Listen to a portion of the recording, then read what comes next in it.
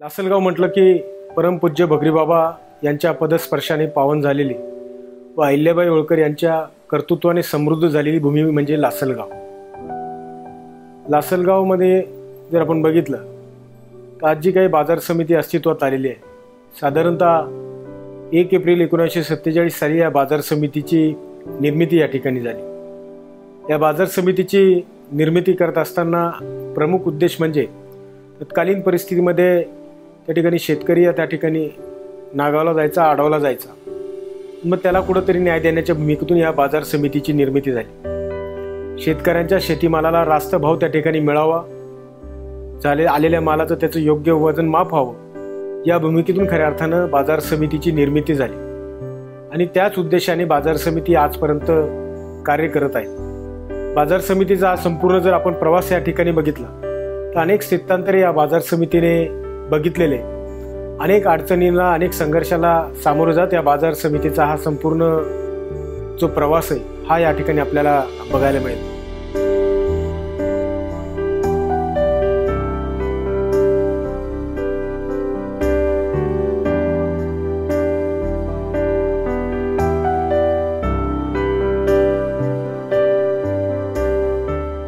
लासलगाव बाजार समिती प्रामुख्यानं कांद्यासाठी अशी प्रसिद्ध बाजार समिती आहे.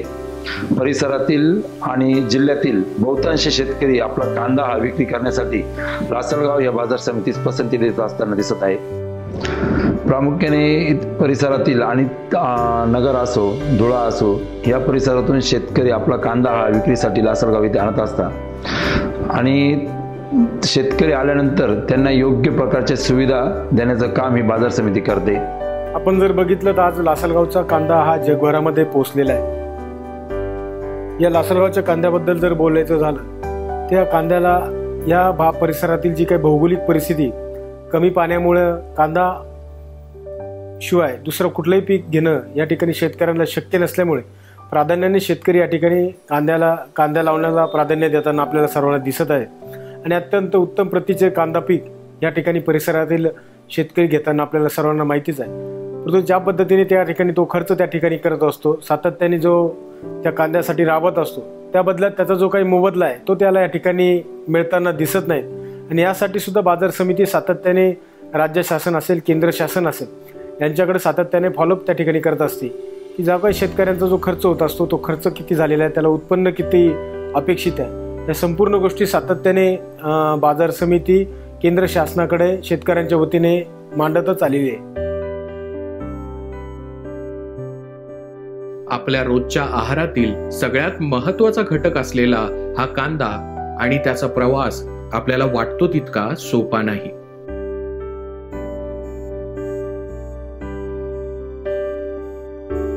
या प्रवासात सगळ्यात मोठी जबाबदारी बजावतात ते आपले शेतकरी. मी कांदा उत्पादक शांताराम भागवत जाधव, राहणार कानड, तालुका निफाड, जिल्हा नाशिक.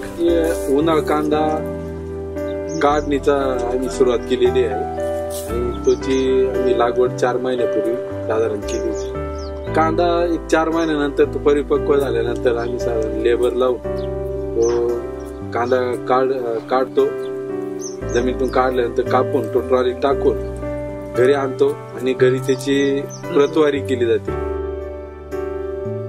4 महिन्यांच्या परिश्रमानंतर कांद्याचं हे पीक काढणीसाठी परिपक्व होतं. आपल्यासाठी सामान्य असलेला हा कांदा इथल्या शेतकऱ्यांसाठी मात्र मातीत उगवणारं सोनं आहे. जमिनीतून काढलेला कांदा लागलीच मार्केटला नेणं शक्य नसतं आणि म्हणूनच काढलेला कांदा सुरक्षितरित्या साठवता यावा यासाठी शेतकरी कांद्यांच्या चाळीचा वापर करतात. मार्केटला नेण्यापूर्वी चाळीत साठवलेल्या कांद्याची त्याच्या गुणवत्तेनुसार प्रतवारी केली जाते.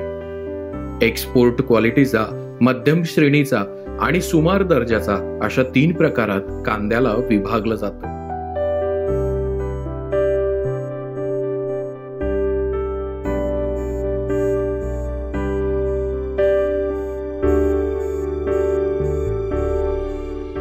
त्यानंतर शेतकरी त्यांच्याकडे उपलब्ध असलेल्या वाहनांमध्ये कांदा भरून तो लासलगाव कृषी उत्पन्न बाजार समितीत घेऊन येतात.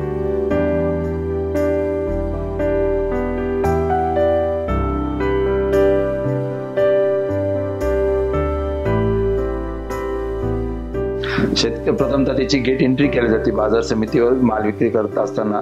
त्याच्या वाहनाचा क्रमांक वगैरे घेऊन त्याची पूर्ण गेट एंट्री ही बाजार समितीकडे होत असते. गेट एंट्री नंतर त्याचा खुल्या पद्धतीने निलाव होतो आणि निलावामध्ये संपूर्णपणे पारदर्शकता असून जेवढे पण व्यापारी निलावात उपस्थित असतात ते खुल्या पद्धतीने त्या मालाची बोली लावतात.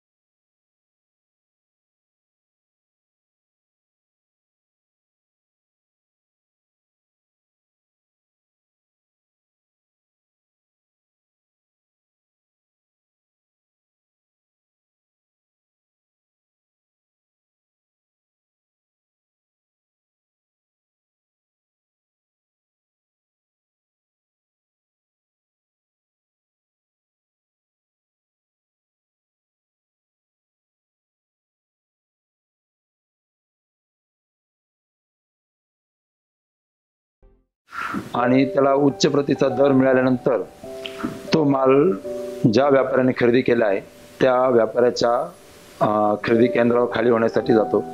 तिथे त्याचं बाजार समितीच्या देखरेखीखाली योग्य प्रकारे असं वजनमाप केलं जातं. पूर्वी वजन माप करत असताना सुद्धा प्रचंड प्रमाणात त्रास होत असे.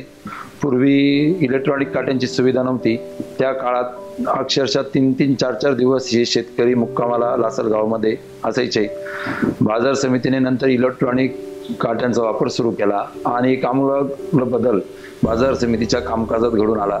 लासलगाव मार्केट कमिटी या ठिकाणी चांगल्या व्यापाऱ्याला या ठिकाणी बोलून आणि देशातले परदेशातले एक्सपोर्टचे या ठिकाणी व्यवहार होतात.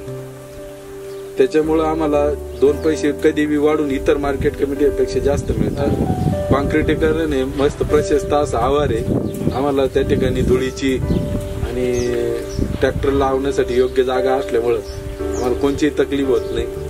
आणि त्याच्यानंतर वजन योग्य मिळतं. आम्हाला पैसे ताबडतोब मिळतात आणि पिण्याचं पाणी हे सगळं सोयी त्या ठिकाणी उपलब्ध आहे. आजही आपण जर बघितलं तर नियमनमुक्ती झालेली आहे. शेतकऱ्यांना त्याचा माल हवं त्या ठिकाणी तो विकू शकतात. परंतु आजही शेतकरी बाजार समितीमध्येच कांदा विक्रीला प्राधान्य देत आहेत. हे प्राधान्य देत असण्यामागचे प्रामुख्याने कारण म्हणजे या बाजार समितीमध्ये ज्यावेळेस तो कांदा घेऊन येतो त्याला याची शाश्वती असते की या ठिकाणी जो कांदा विकला जाईल त्या कांदा विकल्यानंतर त्याला त्याचं जे काही पेमेंट आहे ते रोख स्वरूपात मिळणार आहे. त्याचबरोबर जे काही वजनमाप त्याचं होणार आहे ते सुद्धा चोख होणार आहे आणि पैसे सुद्धा त्याला तात्काळ मिळणार आहे. एवढा विश्वास त्याला बाजार समितीवर असल्यामुळे आजही 4 जिल्ह्यांमधून माल विक्रीला शेतकरी लासलगाव बाजार समितीलाच प्राधान्य देत आहेत. ही खऱ्या अर्थानं बाजार समिती किंवा बाजार समितीमध्ये जे काही कर्मचारी आहे जे काही कामगार आहे हे सातत्याने या बाजार समितीचा नावलौकिक वाढवण्यासाठी सातत्याने काम करत असल्यामुळेच त्या ठिकाणी आजही शेतकऱ्यांचा मोठा असा विश्वास या लासलगाव बाजार समितीवरच आहे. हे आपल्या सर्वांना या ठिकाणी दिसून येत आहे.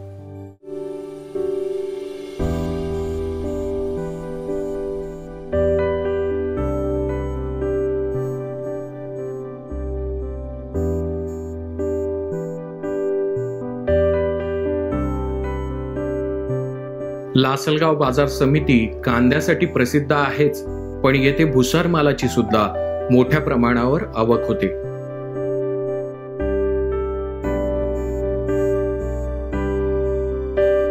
येथे विक्रीस येणारा भुसार तेलबिया शेतमालापैकी मका, सोयाबीन, गहू हे कांद्याप्रमाणेच मोकळ्या स्वरूपात ट्रॅक्टर ट्रॉलीत विक्रीस येतात. अन्य शेतमालाची पोत्यांमध्ये आवक होते.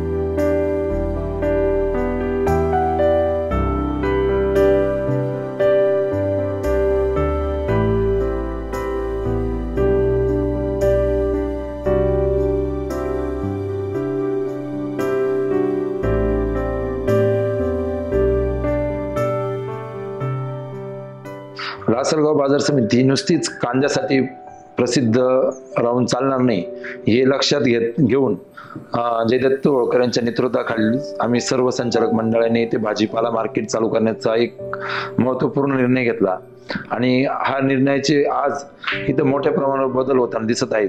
कांद्याबरोबर इथे आज प्रचंड प्रमाणात भाजीपाल्याची पण मोठ्या प्रमाणात आवक होताना दिसत आहे. भाजीपाला मार्केट उपलब्ध नसल्यामुळे या परिसरात शेतकरी हे भाजीपालाच पिकवत नव्हते. पण ज्यावेळेस जयदत्त होळकर आणि आम्ही सर्व संचालक मंडळांनी इथे भाजीपाला मार्केट जे सुरू केलं त्याचा एक बदल होताना असं दिसून येतो की परिसरातील 20 ते 25 खेड्यांमध्ये भाजीपाल्याचं मोठ्या प्रमाणात आता उत्पन्न घेतलं जात आहे आणि भाजीपाल्याच्या उत्पन्नातून शेतकऱ्यांना रोजचा जो नगद पैसा पाहिजे आपल्याला जीवनमान खर्च करण्यासाठी तो त्याला रोज उपलब्ध होताना दिसत आहे.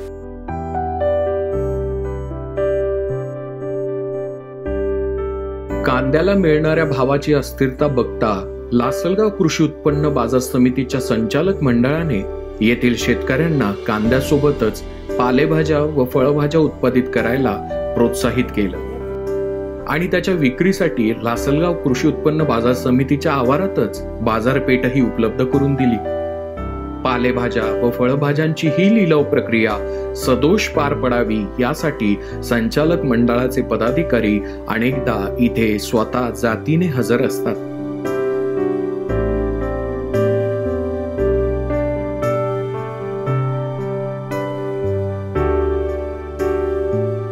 आपण जर बघितलं तर लासलगाव बाजार समितीमध्ये आतापर्यंत पारंपरिक पद्धतीने लिलाव चालू होते, परंतु आताच्या बॉडीने त्या ठिकाणी निर्णय घेऊन आता त्या आलेल्या शेतीमालाचं कम्प्युटराइज लिलाव कसं होईल आणि जास्तीत जास्त स्पर्धा कशी निर्माण होईल आणि स्पर्धेतून शेतकऱ्याला जास्तीत जास्त बाजारभाव कसं मिळेल या हेतूने त्या ठिकाणी ई-नाम सारख्या याच्यामध्ये MSCPच्या याच्यामध्ये भाग घेऊन आता आम्ही ऑनलाईन ऑक्शनला सुद्धा त्या ठिकाणी वळत आहोत.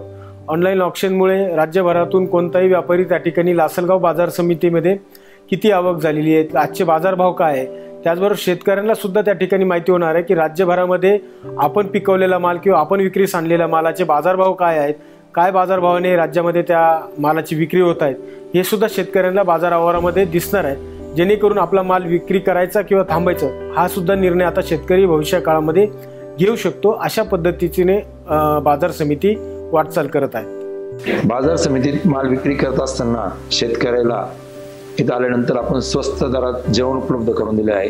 त्यासाठी बाजार समिती आपल्या निधीतून काही प्रमाणात खर्च करते आणि आपण आता बाजार समितीत नुकतेच थंड आरोचं पाणी हे पण आपण शेतकऱ्यांना उपलब्ध करून दिलेलं आहे आणि बाजार समितीत शेतकरी आल्यानंतर त्याचा पूर्ण मालाची जबाबदारी बाजार समितीची असते.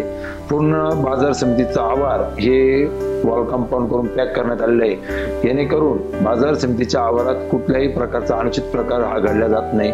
शेतकऱ्याचे आल्यानंतर पूर्ण पैसे घेऊन जाईपर्यंत कशा प्रकारे संरक्षण करता येईल हे बाजार समिती लक्ष ठेवून आहे. आणि त्याचबरोबर केवळ शेतकऱ्यांची विक्री व्यवस्थाच नाही तर शेतकऱ्यांचे जे काही प्रश्न आहेत त्या प्रश्नांना सुद्धा मार्ग काढताना बाजार समिती वाटचाल करत आहे. मध्यंतरीच्या काळामध्ये प्रचंड असा दुष्काळ त्या ठिकाणी पडला होता, त्यावेळेस बाजार समितीने गावागावामध्ये पाण्याच्या टाक्या त्या ठिकाणी उपलब्ध करून दिला. त्याचबरोबर शेतीला सुद्धा पाणी टंचाई जाणवायला लागली त्यावेळेस नदी खोलीकरणाचा विषय बाजार समितीने हाती घेतला व बऱ्याच ठिकाणी नदीची खोली त्या ठिकाणी वाढवली. त्यामुळे मागील पावसाळ्यामध्ये सुद्धा मोठ्या असा त्या ठिकाणी पाणी साठा वाढल्यामुळे शेतकऱ्यांच्या विहिरीला पाणी उतरलं आणि त्याला जो काही हवं जे पीक आहे तो त्या ठिकाणी तो घेऊ शकला. अशा पद्धतीने सुद्धा बाजार समिती काम करत आहेत. त्याचबरोबर अनेक धार्मिक स्थळं किंवा अनेक ग्रामपंचायतींना त्या ठिकाणी बसण्यासाठी बाक्या असतील, असे वेगवेगळ्या योजना सातत्याने बाजार समिती शेतकऱ्यांसाठी, व्यापाऱ्यांसाठी, कामगारांसाठी राबवताना या ठिकाणी आपल्या सर्वांना दिसत आहे.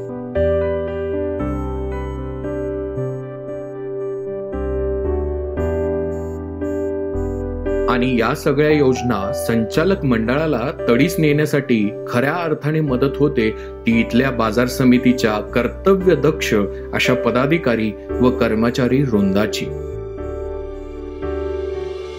बाजार समितीचे सभापती सन्मान्य जयदत्तजी होळकर, उपसभापती ललितजी दरेकर व सर्व सन्मान्य सदस्यांच्या मार्गदर्शनाखाली बाजार समितीची जी काही नावलौकिक आहे तो नावलौकिक वाढवण्याचा प्रयत्न आम्ही सर्व कर्मचारी करीत आहोत. मार्केट चालवत असताना आम्हाला शेतकरी, व्यापारी, कामगार आदी सर्वांचा समन्वय साधून या सगळ्या याच्यात जर कुठली काही अडचण असेल तर त्वरित लक्ष घालून त्याचं निरसन करून जेणेकरून मार्केट लिलावाचे कामकाज सुरळीत चालू राहील व बाजारभाव पण स्थिर राहतील यासाठी बाजार समितीचा सातत्याने प्रयत्न चालू असतो. मुख्य बाजाराबरोबरच विंचूर, निफाड येथील दैनंदिन कामकाजाबाबत आमचे बाजार समितीचे सभापती, उपसभापती, त्या ठिकाणचे स्थानिक सन्माननीय सदस्य यांच्या माध्यमातून कोणताही शेतकरी आपल्या शेतमाल विक्रीपासून वंचित राहणार नाही याची काळजी आमची बाजार समिती घेत असते. ज्यावेळेस बाजारभाव कमी होतात तर केंद्रीय पातळीपर्यंत आमचं बोर्ड, सभापती साहेब, उपसभापती साहेब यांनी स्वतः कृषी मंत्र्यांची भेट घेऊन कांदा प्रश्नाबाबत सविस्तर त्यांना अवगत केलेले. एकंदर जर आपण या ठिकाणी या बाजार समितीचा जर एकंदर प्रवास जर बघितला तर शेतकऱ्यांनी त्याच्या शेतातून आणलेला माल या ठिकाणी बाजार समितीमध्ये विक्रीला येतो. त्यानंतर त्याला अगदी पैसे मिळेपर्यंतचा जो प्रवास आपण या ठिकाणी बघितला. निश्चितच ही संपूर्ण यंत्रणा चालवत असताना या बाजार समितीच्या संपूर्ण घटकांचा नेहमी सहकार्य या ठिकाणी मिळत असतं. आमचा संपूर्ण स्टाफ असेल किंवा बाजार समितीचे हमाल, मापारी असतील, व्यापारी असतील, या सर्व घटकांना एकत्रित करून ही संपूर्ण व्यवस्था या ठिकाणी चालू आहे आणि शेतकऱ्यांना न्याय देण्याची प्रमुख जबाबदारी या बाजार समितीची आहे. दिवसेंदिवस बाजार समिती या ठिकाणी आपल्याला प्रगतीकडे जाताना दिसत आहेत. अनेक नवीन योजना या बाजार समितीने यापूर्वीही राबवलेल्या आणि भविष्यात सुद्धा राबवण्याचा मानस या ठिकाणी आहे आणि एकच हेतू या ठिकाणी आहे की शेतकऱ्यांना त्या ठिकाणी जास्तीत जास्त न्याय देण्याचा प्रयत्न बाजार समितीच्या वतीने या ठिकाणी पूर्वी झाला आहे आणि भविष्यात सुद्धा शेतकरी हा केंद्रबिंदू या ठिकाणी मानून भविष्यामध्ये बाजार समितीची वाटचाल असेल.